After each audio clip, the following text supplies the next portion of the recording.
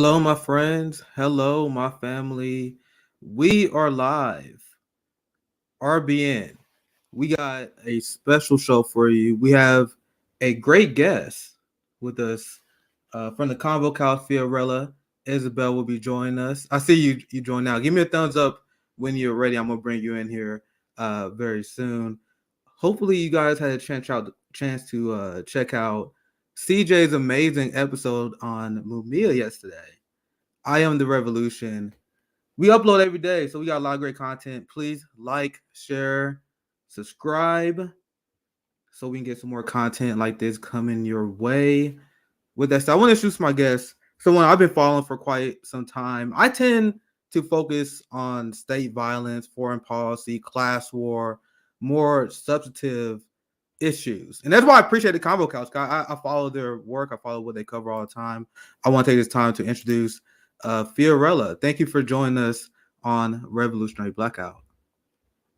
Thank you for having me. I don't think I've been on a stream with you one-on-one yet. Yeah, this has been a long time coming. We had Fiorella Yeah. on quite a few times, but just because of the way we schedule things, always just so happy I never was able to host a panel with you on. So I was looking forward to this. I'm glad that I finally got you on, and I appreciate you accommodating us with the time. That's why I usually do my streams in the evening. You guys see, I'm joining you. This is like a lunchtime conversation. Our friend hmm Fiorella is in Moscow, so we had to play Yeah. around with the time zone. What's the story behind that? Because that's pretty wild. Yeah, so I am in Moscow now. I am still doing my show with Pasta, but I'm also working for RT. So I'm living here right now. I just got my apartment and I moved here like 2 weeks ago, if that, not even 2 weeks ago. Um, so yeah, it's been an interesting transition.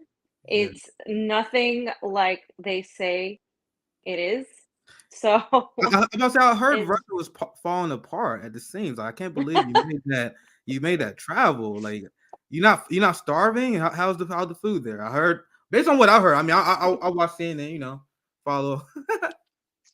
Go ahead. well, there's a lot of food, okay? Like it's not falling apart. There's green everywhere. It's very clean. They have great public transportation. I mean, have you heard of great public transportation? I mean, Not the where I'm from. metro is flawless. It's clean. It has a Wi-Fi. It has a place where you can charge your phone. I mean, it's insane. The buses come on time. There's also a tram. I mean, it's insane, but it's also very people are living their life and there's no like crumbling like infrastructure like it's completely different Yeah. in terms of the priorities in the country versus the priorities in our country. But yeah, the food is different, definitely. Like even the American stuff they try to make is a little bit different. I'm actually about to release a video kind of talking about my experience in Moscow so far. But I come from Latin America and the food there is phenomenal. So I have a higher standard, but it's definitely better than anything I've had in like England or Ireland in terms of the food. That's like probably some of the worst food, especially England. Most like just bland food that you could possibly have. Russians have a little bit more flavor to their food. It's a little bit, but it's just I don't know if it's because it lacks processing or the GMOs or all the crap we put in our food. It's just it tastes different, but it's been good so far. Yeah, that's something that I give you guys major props for because you guys always do a lot of traveling, especially on the ground reporting. Correct me if I'm wrong, but was you guys in Nicaragua, Honduras? I know you guys did some on the ground travels in South America. Something I definitely would Yeah. love to do because I'm not too attached to this country. Like I try to explain Yeah. people what like high speed rail is, and whenever I do Yeah. that, people can't even wrap their minds around it. I live in the Midwest. I live in Kansas City. Mhm. Public transportation here is horrific. Infrastructure in general here is horrific. Because you mentioned, I want to show you guys this. This is something that I saw before, just to give you guys a reaction. I don't have to share the audio, but this is in China. I have friends, a few professors that's in Hong Kong and in China, and guys, I'm telling you, the infrastructure it's night and day when you look at the top cities in China compared to what we have. This is a library. This is a library. So I've been making an argument recently that we are becoming a failed state. We are a failed state because of our Hmm. unhinged capitalist oligarchs. The way that we have our central planning. That's why you Yeah. see. That's why you see the ruling class starting this new Cold War that they really want to fight on Russia and China. We're gonna get into that very soon. Do you want to add anything before you move on? No, I mean you're absolutely right. I mean that infrastructure in China is incomparable to anything. And I you can say a lot of things about China. You can even criticize China. Yeah, But absolutely. something they've done well is lifted people out of poverty. And that's something that it's a lot more than can be said about our country where I believe we're a fourth world country. Because we're not a first world country anymore because that's supposed to be uh, taking into account how people live, right? We don't like the vast majority of Americans do not see the wealth that that is shown in Hollywood movies. So that's I don't think we're a first world country. I think we're a fourth world country. And I think, the developing nations that we used to call third world nations are more so developing and they're developing better in some ways than we are. So you're absolutely right about that. Yeah, what does it say about us that we are the richest country? We got all these millionaires, but our literacy rates, our life expectancy rate is lower than Cuba and many of what other people would call third world and developing countries. Hmm. And that's just something I've been trying to practice, trying to it's part of decolonize your mind because I don't even like using third world because Yeah. that's something that we've been trained to do. But it's like, man, they got a lot of these countries got at least got health care. They can raise a Hmm. family. They can have housing. We don't even have that. Like that, people are struggling just to raise a family in this country, just to feed themselves. We have massive amount of food insecurity that's coming up. That's going to get worse. Before I ask you about Ukraine, cause I definitely want to ask you about that. This is something that I just saw that's more breaking. I want to get your take on this because I keep arguing to people that there's not one party that is better than the other. They both are trash and they are designed to do the same thing. When you have the Republican Party that's anti-democracy, the Democratic Party is just as anti-democracy. So I would love to get your take on this. I just saw this not too long ago, and I want to let you guys know this is not the first time the Democratic Party has done this. This is a Green Party U.S. Senate candidate, and this is what he tweeted out: the NC State Board of Elections has voted 3-2 not to certify the Green Party ballot access petition. We needed 13,865 signatures, and the North Carolina GP submitted 15,953 verified signatures. We did everything required, and they just said no. Is this what democracy looks like? So, in a nutshell, this is the Democratic Party because they had Democrats on the seats there that was Hmm. blocking the Green Party and denying them their ballot access. And as someone who covers elections in other countries and some and at Convo Couch, you guys have been consistently critical of our democracy. I wanted to show that to you. I would love to hear your take on that. You have any reactions? Oh yeah, I mean, I just tweeted Ryan about it because I just thought this is exactly what I mean, like why we can't reform this. Like you can't reform this electorally because we don't have a fair shake at the system. In other countries in Latin America, you can have more of a reformist policy because they have a fair election or the people there care about their election and they fight to get these elections to be counted, public counting. They look into the source of the machines if there are machines. They have a way to track their ballots. Here in the United States, we don't know what goes on after we vote. We don't know what happens. And as somebody that's covered elections, as you said, in the global South, the fact that supposed, as the West calls them, third world nations, as I like to call them, I agree with you, more developing nations, nations that aren't known as being these highly industrialized developed nations, the fact that they are able to have better elections like Colombia just had, that Brazil's about to have, that Nicaragua had, that Honduras had, the fact that they're able to have better elections and they're actually able to have some sort of progressive change through the electoral system doesn't mean we have that because we Yeah, don't have fair elections.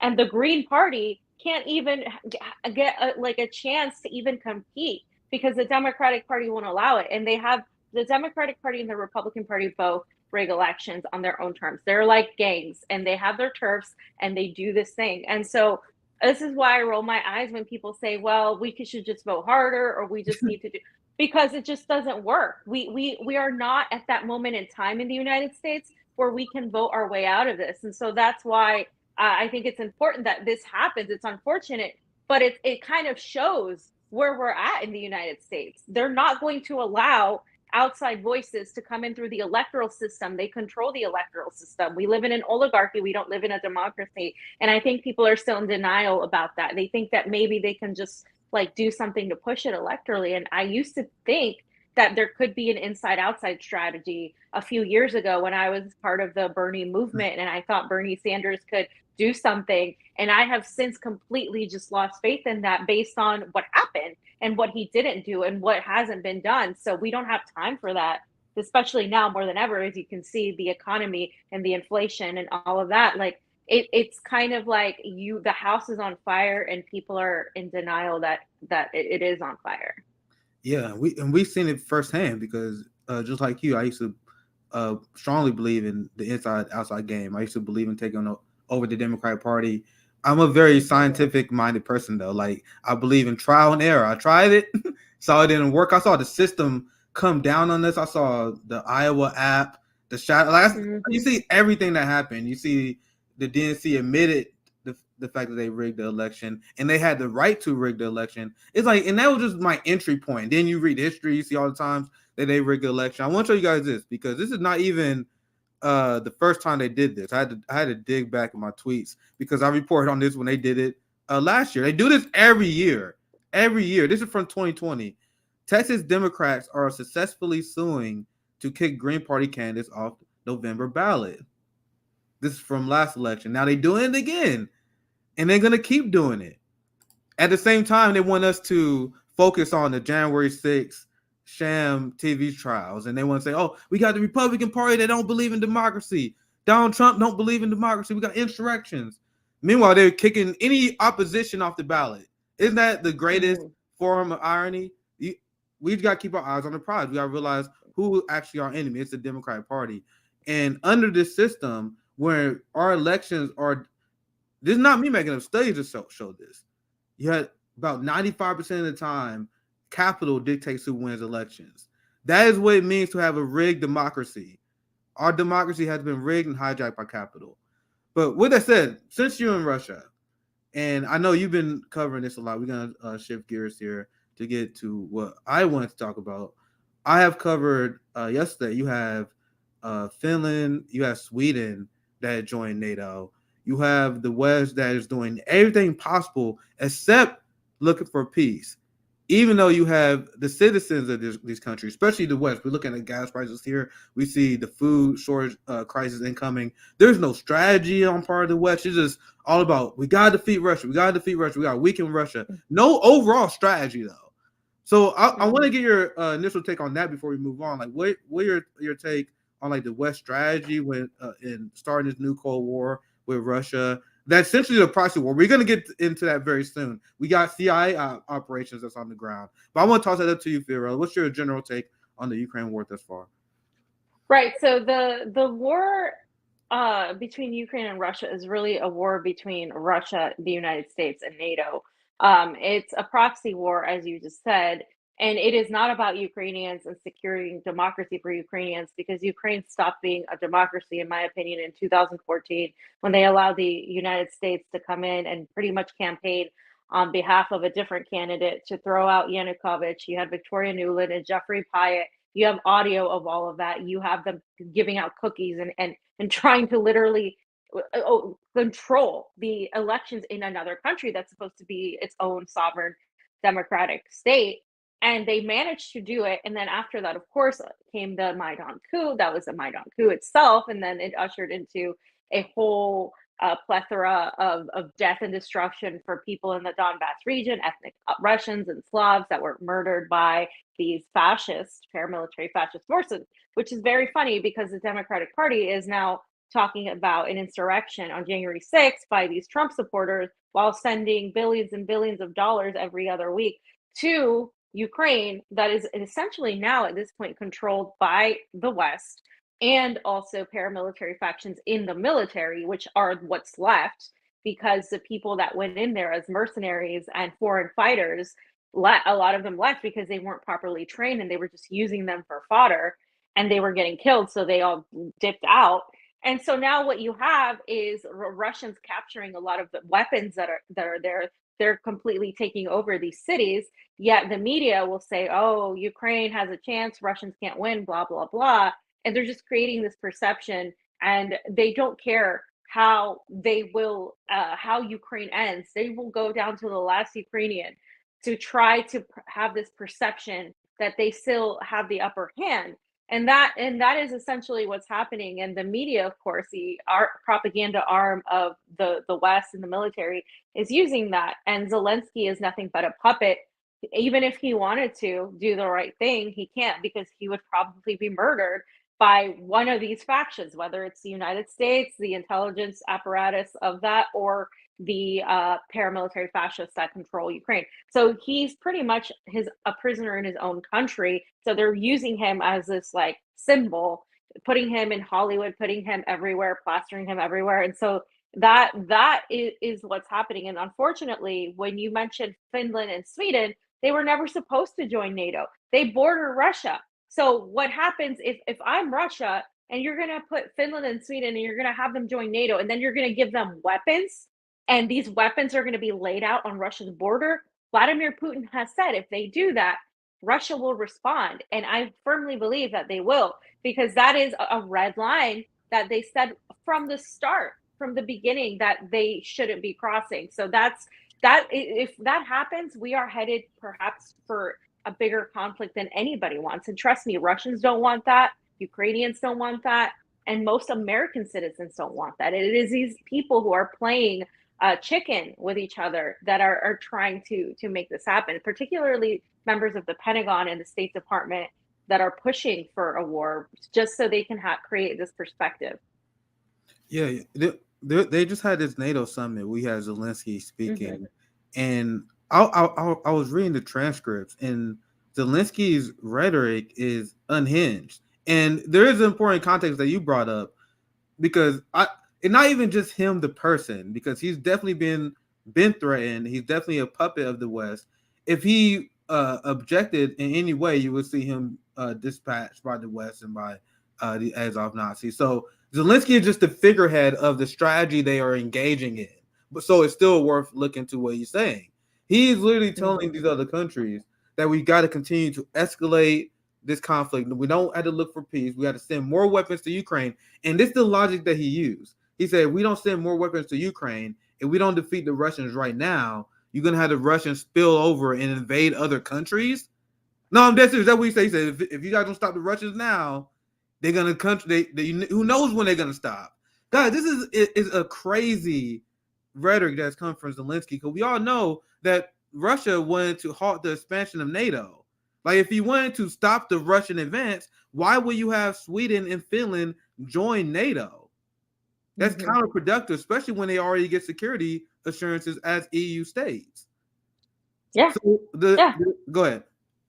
No, you're absolutely right. In fact, they get more assurances by not being full members of NATO, and they get more protection against Russia than they do now as soon as they join NATO. And then, of course, they're given these arms, because that is going to make Russia have to defend itself. And the way the Russians see it is like, imagine Russians coming in and putting weapons between the border of Mexico and the United States. They would absolutely the United States wouldn't even allow it to get to that point. So it's just ridiculous to think that Russia wouldn't do it. And it's just this double standard that they have, because who is the country that invades other countries, that goes and overthrows democratically elected leaders all over the world? I mean, we can count almost 1,000 military bases, if not so by now, the United States has.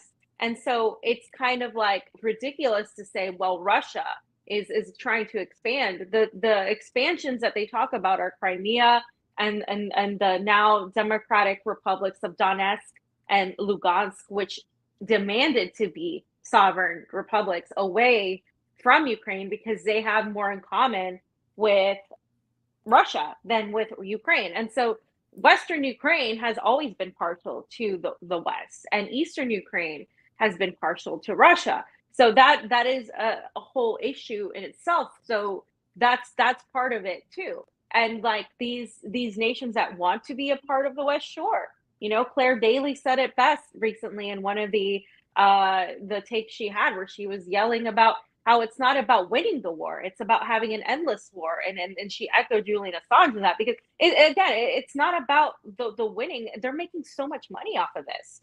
Right. And these people need to make that money. This is an empire, it's a machine. The machine needs to be fed. And if the machine needs to be fed, it doesn't matter who wins it at the end of the day. This is the new Afghanistan for the United States. This is they're going to try to prolong this as much as they can, and then quietly, I think, just like stop like they did before. But the problem is they have adversaries now that are aligning and having building relationships with each other. You saw the BRIC summit as opposition to the NATO summit that was just held. And the BRIC summit has Argentina, it has China, it has Russia, it has Brazil. I mean, it's there is Iran wants to join as well. You have this coalition happening between the East, Eurasia, and the global South, including Africa, the continent of Africa, with Pan Africanism, and of course Latin America. And we're seeing that anti-NATO sentiment resonate very heavily from the African continent to the South American and Central American continent. And what do these people have in common? That they've all been completely screwed and sanctioned and destroyed in certain aspects of their governments by the West. So that is uniting them all. Yeah, we are finally seeing the decades worth of destructive U.S. policy biting them in the ass. Also, the fact that you had the CIA, you had the West that were training, and they was involved in Ukraine in 2014, and they started this war, as far as I'm concerned. Mm-hmm. And when you look at what it means to be a NATO state, Ukraine is de facto a NATO state, because what they want, if Mm-hmm. you want to be a NATO state, so you can get a shipment of arms when you need it, when you have occupying force, so you have people on the ground from other NATO countries helping you out. Now, let me show you guys this. I reported this on a few days ago. This is the CIA, and you have intelligence agencies from the UK and the West that is literally on the ground in Ukraine, helping Ukraine fight this war. So if you have people on the ground, you're sending weapons, munitions, food to a country that's fighting a war, at what point does it actually become officially a proxy war? Which people in the mainstream media have been denying this entire time. Which goes back to the original point that we was making. If Russia invades Ukraine and they get the same support they would get as a NATO country, that de facto makes them a NATO country. The same thing will happen if Russia invades Sweden and Finland. So, what is the point of inviting Sweden and Finland into NATO when they know they get them same security assurances? What's coming from Sweden and NATO? They say they want to join. Uh, Sweden and Finland. They want to join NATO because they like. Well, if we don't join, Russia may invade us. That doesn't make sense, because the only thing that would provoke Russia is you guys joining NATO. So it seems like their strategy on face value is mutual assured destruction. But like you said earlier, Raytheon, Boeing, weapon defense contractors, they're making record profits. So at the end of the day, it's all about looting the treasury. But do you want to add anything to that before I move on, Fiorella? No, just you're absolutely right. I mean, a lot of talk has come from geopolitical analysts that this perhaps is a controlled demolition of the European Union and, of course, the United States. But at the end of the day, they want to see their economies, the people, like squashed and dependent on it. So that could potentially be another angle as to why they're not doing anything, like the whole not having baby formula. Come on, we're the United States of America. How do you run out of baby formula? That's very suspect. And so it seems part of it, I think, was to blame Russia. They've been indoctrinating people in the media on saying, oh, Putin's price hikes on inflation, on gas. They've completely blamed Putin. And that's not really working, because people aren't really blaming Putin. They're blaming Joe Biden. And so now we see the whole Roe v. Wade situation, where Democrats are weaponizing that to use it to fundraise, immediately sending all these emails. So that they're very desperate and trying to promote this perspective that this perception that everything's fine, but really I think the American people are starting to see, and the American people will start to see it more once it starts affecting their pockets deeply, especially the middle class, not just poor and working people, but once the middle class goes down, that's when you will see more people turning on the government.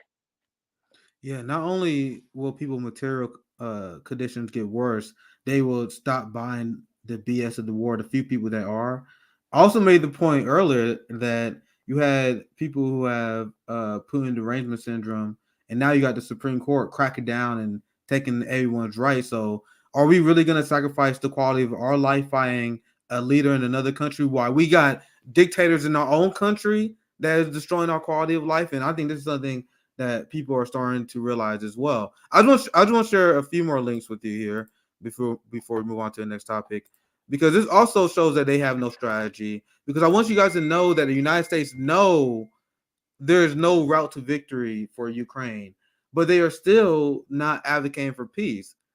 You guys see this? Biden officials privately doubt that Ukraine can win back all its territory, and they explain like, man, even with all these weapons that we are sending to Ukraine, they doubt.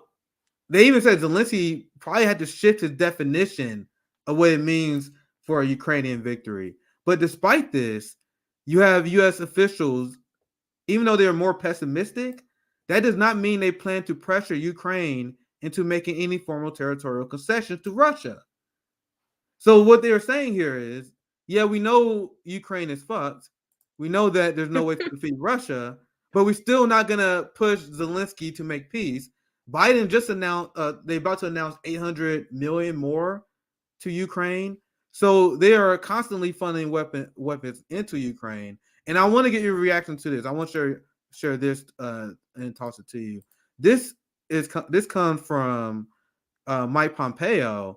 This from Ben Noren, friend of the show. Neoconservative former CIA director and U.S. Secretary of State Mike Pompeo admits the NATO cartel seeks to prevent challenges to the U.S. empire. He said, we must prevent the formation of a pan-Eurasian colossus incorporated in Russia, but led by China. To do that, we have to strengthen NATO. Now we really see what this is about. That's a damning statement on the West. And this is the last one I saw today. We also painted pictures on what this is really about. We understand that this is all about this Cold War against China and Russia. All the foreign policy decisions make a little more sense.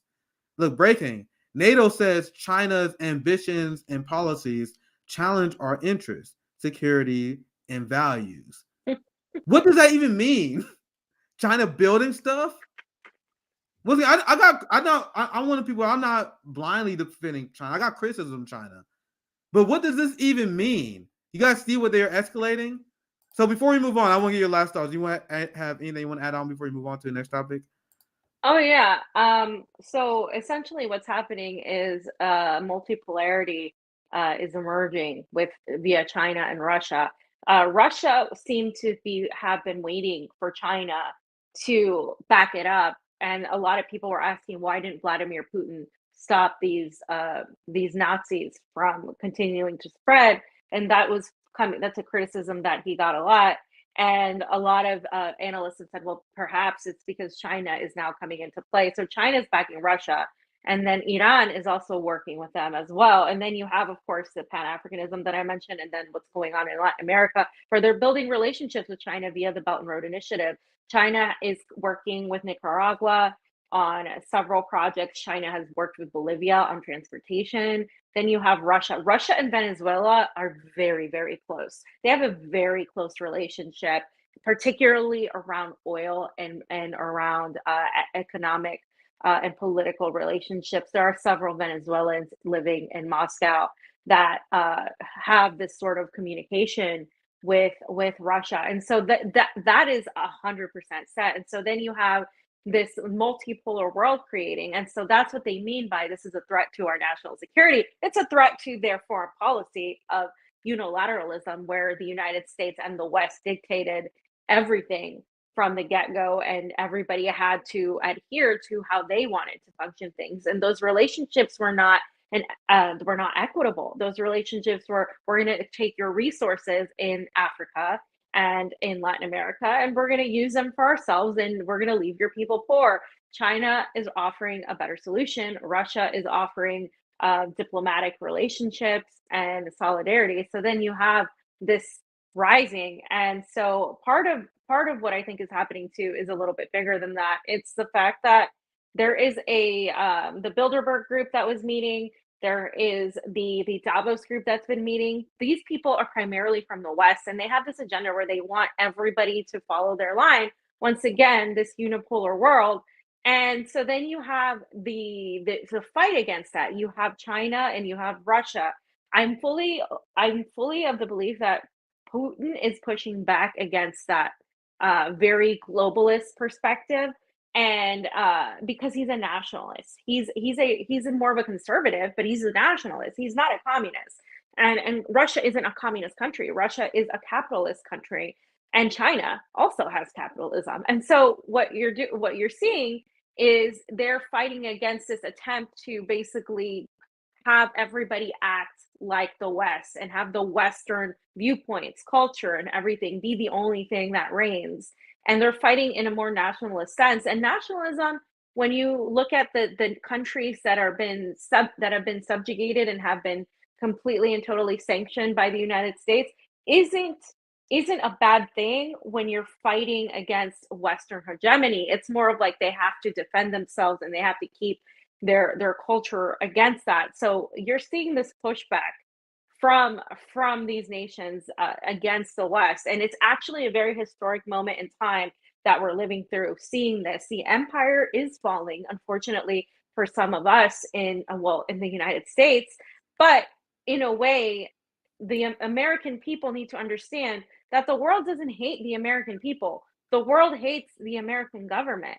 That hates the military, the hegemonistic powers that are just horrible, and they try to exert control over the rest of the world. When you talk to people about America, they love like Americans, and essentially, in fact, many still think like that Americans are cool and that Hollywood is cool and that all of this. So that culture is still there. It's just the hatred it comes to against the American government, and I think the American people have a lot more in common with these nations that are being sanctioned and that we are told to hate and demonize. Yeah, and I think that hatred is well deserved, especially I think with the younger generation, there was like this era in the 80s and 90s where I think that even some parts of the world were brainwashed by US propaganda. But based on what I see, I think that the new generation, especially when you look at the global south, they're not having it. They know the history of the CIA. They know what the CIA has done. And I don't know if you agree with this or not, but what I tell people, even with the fall of the US empire, that wouldn't hurt us Americans. That's only the ruling class that is hanging on this power. Only they benefit from U.S. hegemony. So that's why I'm rooting for it. I want to see a different scenario instead of just U.S. dominance, full spectrum dominance, which is as Mike Pompeo and these Warhawk goons are admitting that is their ambition, that is their goal. Mhm. Now, with that said, I want to ask you about like the left push that's going on in South America as well. Like Colombia just elected the first ever leftist president. You had Lula that's projected to win in Bolivia as well. You had a lot of amazing wins in that region. So, what is your take generally on the win in Colombia and the left push in South America and what they do differently compared to the United States? Do you want to take that on? Oh, absolutely. It's my favorite topic. One of my favorite topics.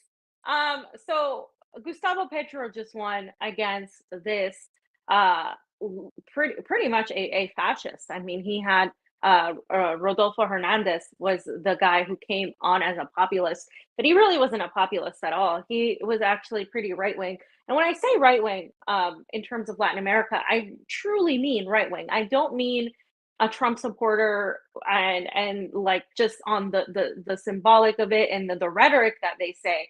I'm talking about often paramilitary narco governments. I'm talking about a guy that said he's an admirer of Adolf Hitler.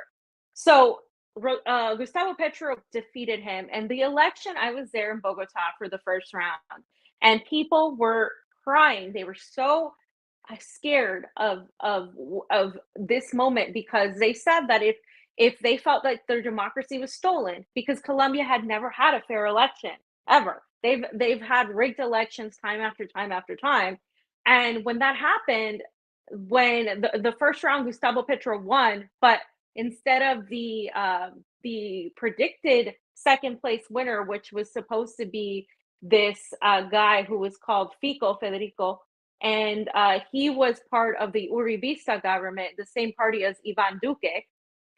He was the favored one. Instead of him being in second place, Rodolfo Hernandez got second place. That wasn't a good scenario because Rodolfo Hernandez had positioned himself as a populist.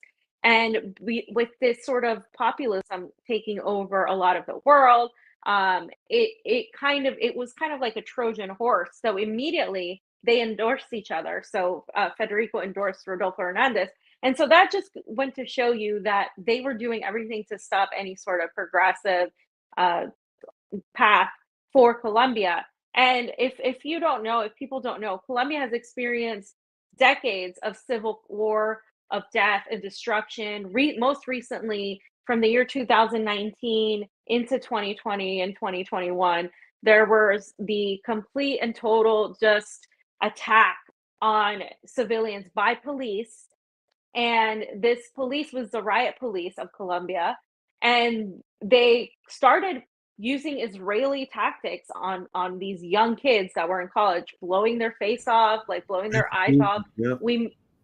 Disgusting. And we met some of these people. And one of the kids that was shot and died in a coma was Dylan Cruz.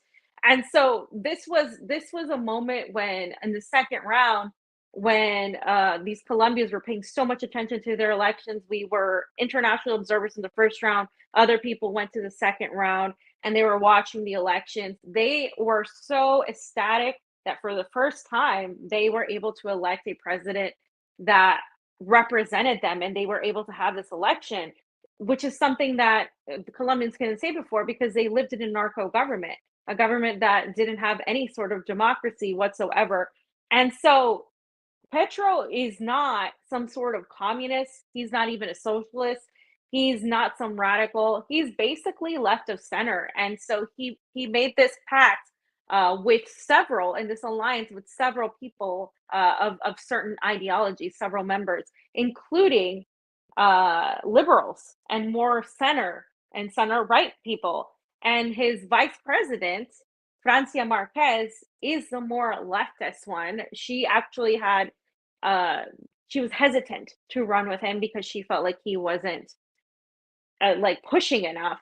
But she did. She made that commitment, ran with him, and then of course they had to make concessions. I interviewed a member of the Communist Party of Colombia, and he basically said that election was not about defeating capitalism. It wasn't even about any of that stuff about communism. It was simply about completely getting rid of the old government and allowing Colombia to have a chance to be a democratic republic, because that's all that could be done in a 4-year term. So that's what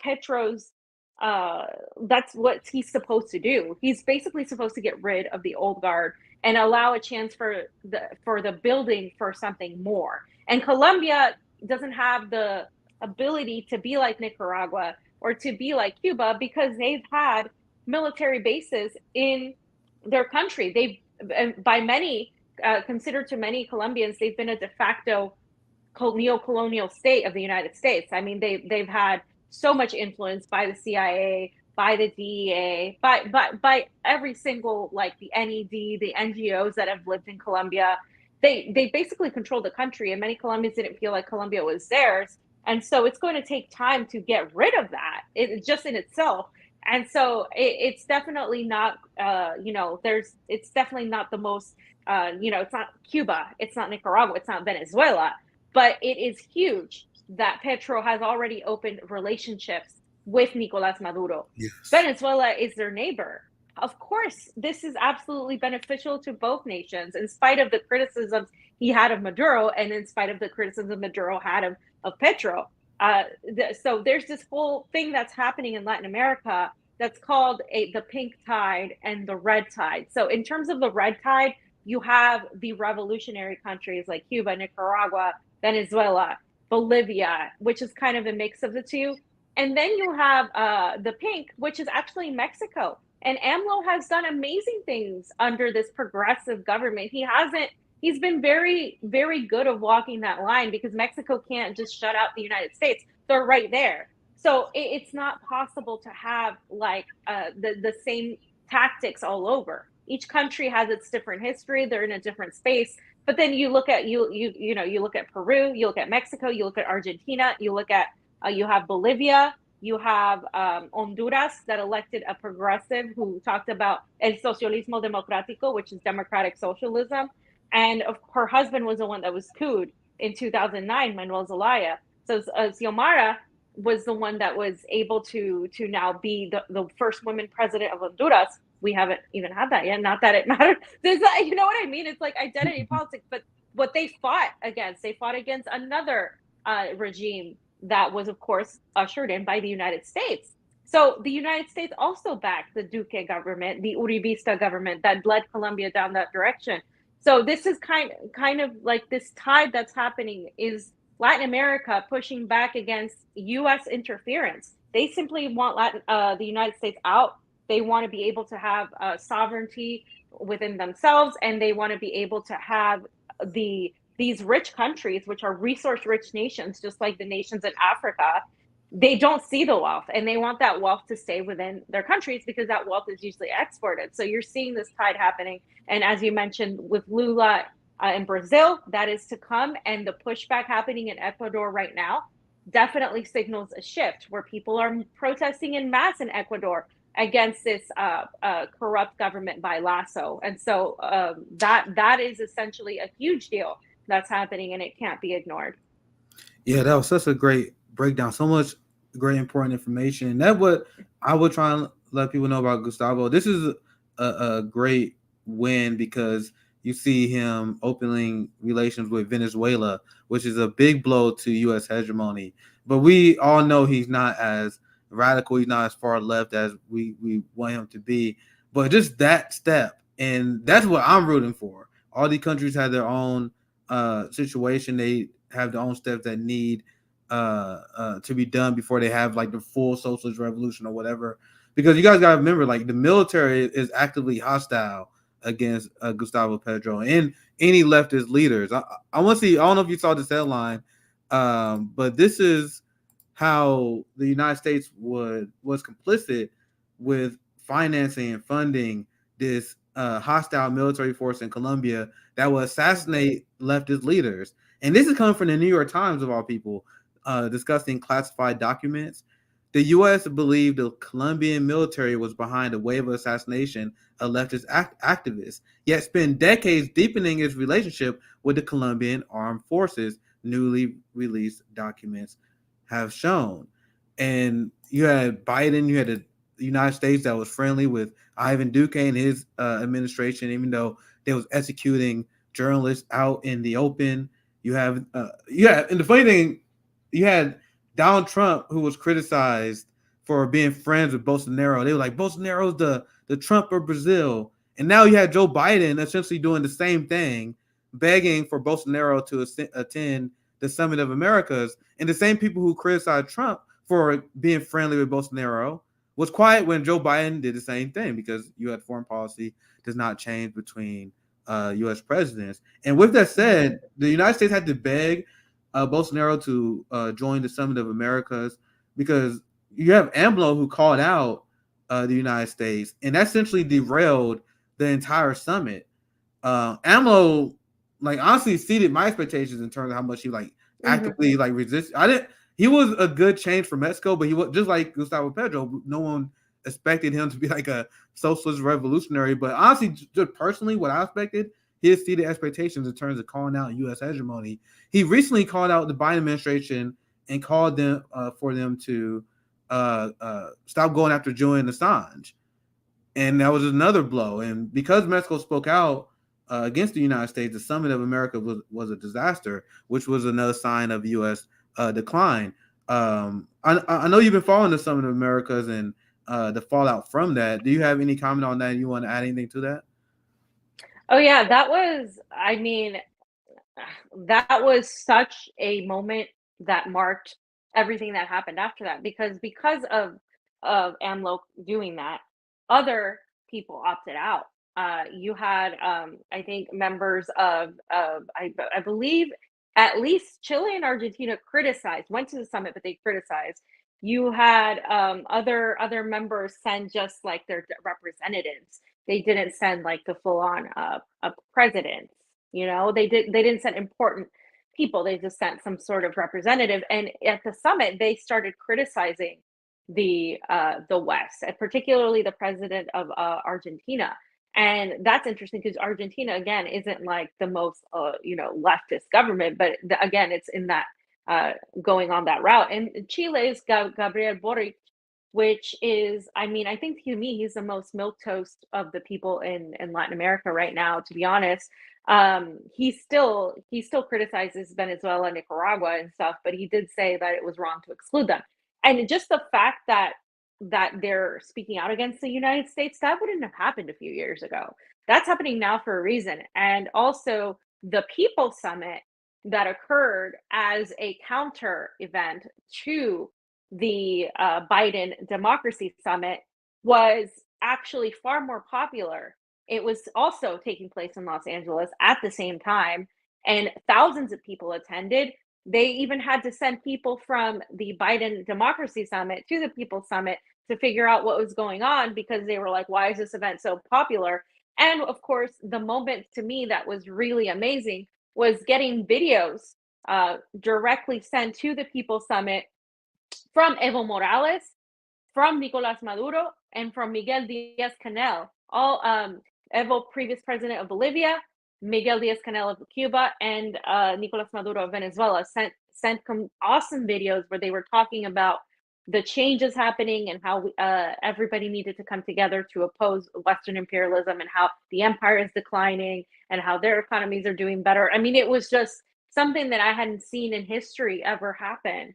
And they were addressing the people in Los Angeles. And then, of course, the protests and all of the media that happened during that time, that just showed the counter movement to that. And of course, the other summit, there was another little, more like a worker summit, it was called, in Tijuana, which I also attended, where they were protesting the sanctioning of Cuba, of Venezuela, and the exclusion of the three in the summit. But they were also talking about Alex Saab, the political prisoner from Venezuela. And also they mentioned Julian Assange, they mentioned Mumia, they mentioned, like, they were on it, and it was took place in Mexico for the people that weren't allowed into the United States. It was really cool, and it was more of a worker-led event. And I thought that was just awesome. And they were very thankful of AMLO and of what AMLO has done. You're exactly right. A lot of people didn't expect him to do much, but he has been extremely critical of the West, and in a way that I think the West is now starting to look at him. And I'm a little apprehensive as to who will replace him eventually, because he's done a very great job of uniting people within Mexico, while still not, doing something that could cause them to get cooed, because that's always a fine line in Latin America. They don't necessarily want to get cooed, and some countries have to play their cards right, which is why I say in Latin America, there's different possibilities towards progressive and more reform type of strategy versus like the United States. And obviously, I'm a fan of the more revolutionary countries, but I also think that some countries, the people have to decide for themselves, and it's not my job as an American to tell them how to run their country. And some of these people aren't there yet, and that's fine.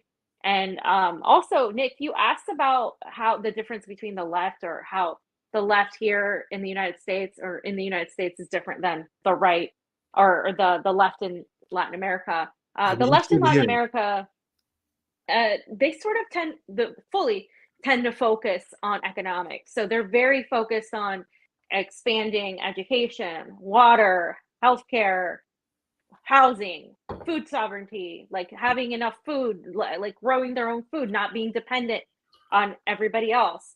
The left in the United States is more focused on social issues. And I'm not saying those social issues aren't important, but I say sometimes we do too much of that in terms of like making like say feminism or abortion the number one thing.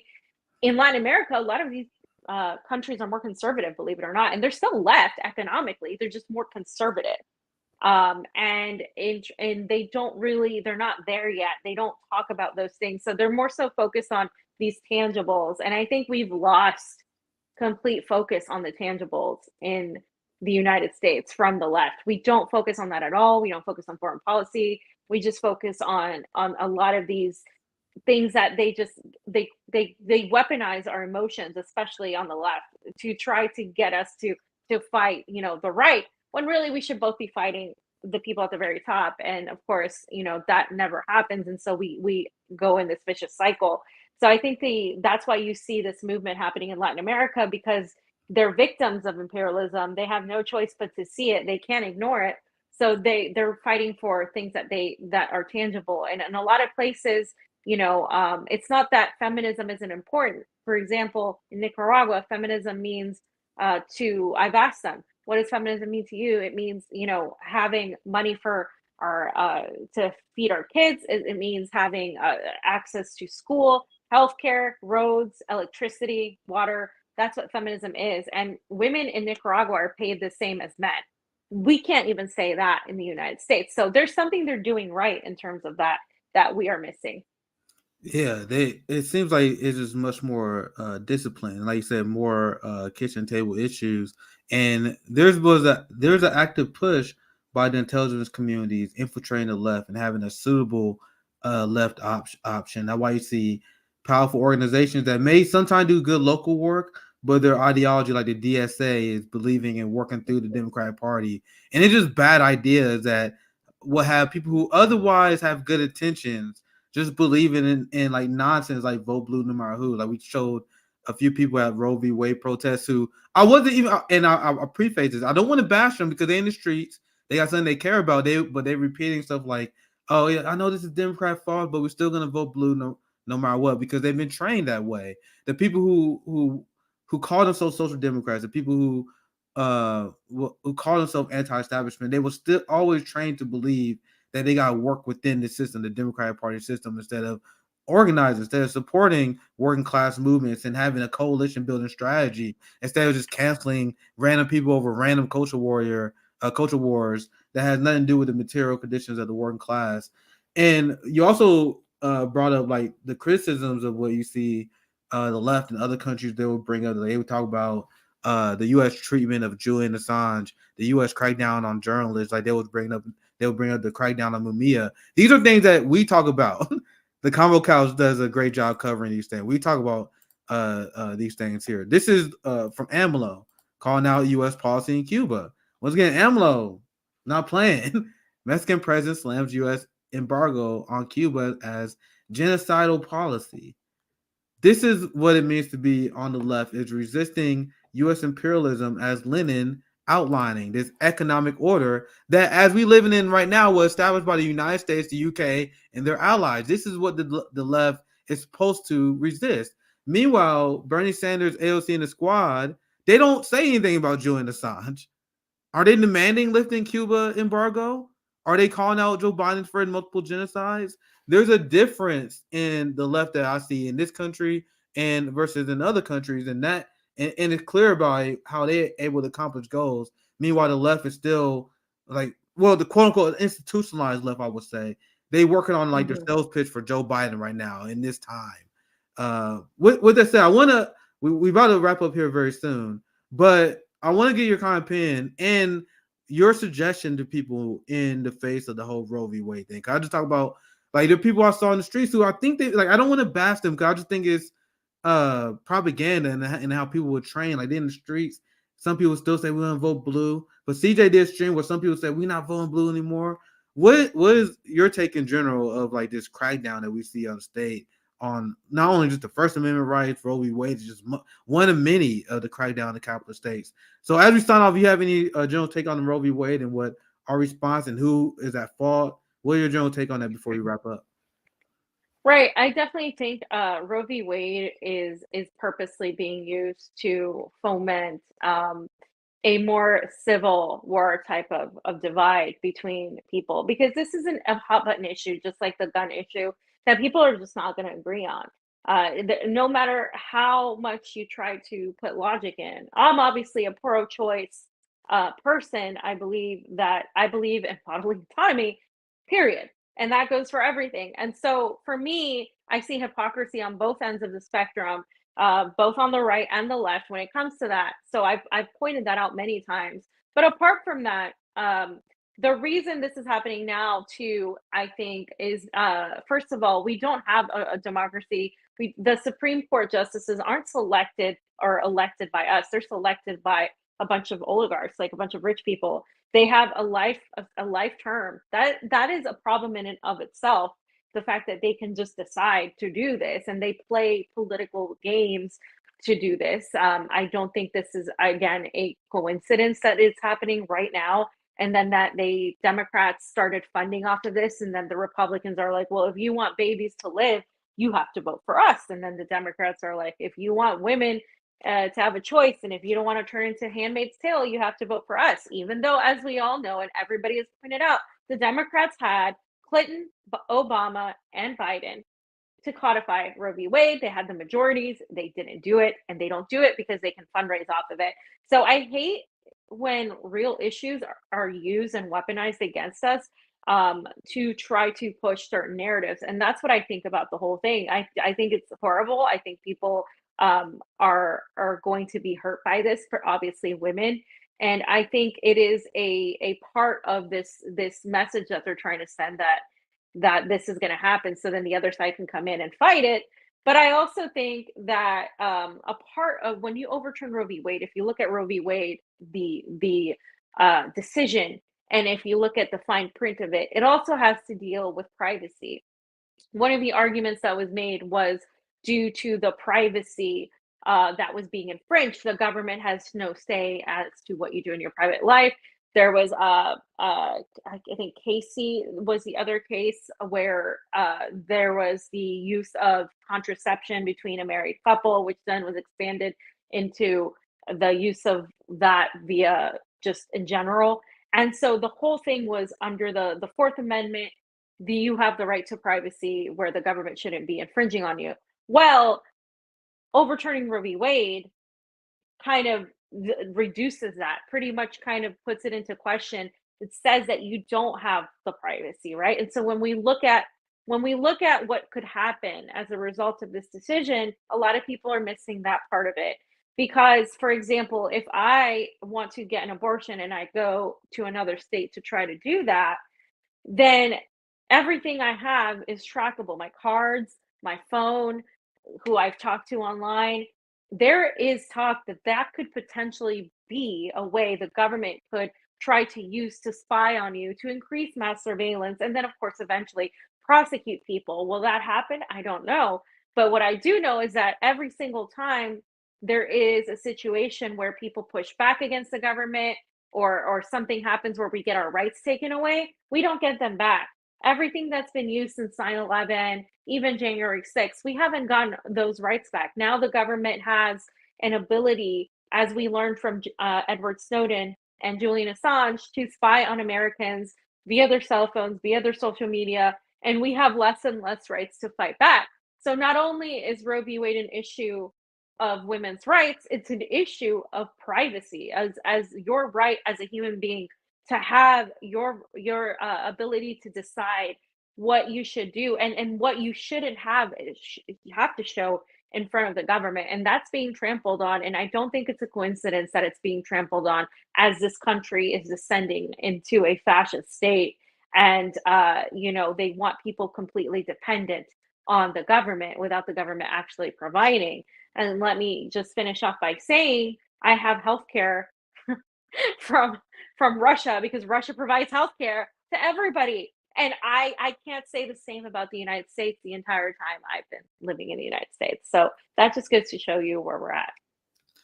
Yeah, and that's why I believe this is important to talk about, because I oppose capitalist authoritarianism whenever I see it. This is why the hypocrisy drives me crazy with the people who was and I agree with them on the point of being anti-mandate. I was anti-mandate. But I was asking the questions at the time, like, are we being principled on authoritarianism or not? There are people who they want to implement authoritarianism if they agree with it. If you agree with the moral Yep. choice of authoritarianism, you're still authoritarian at the end of the day.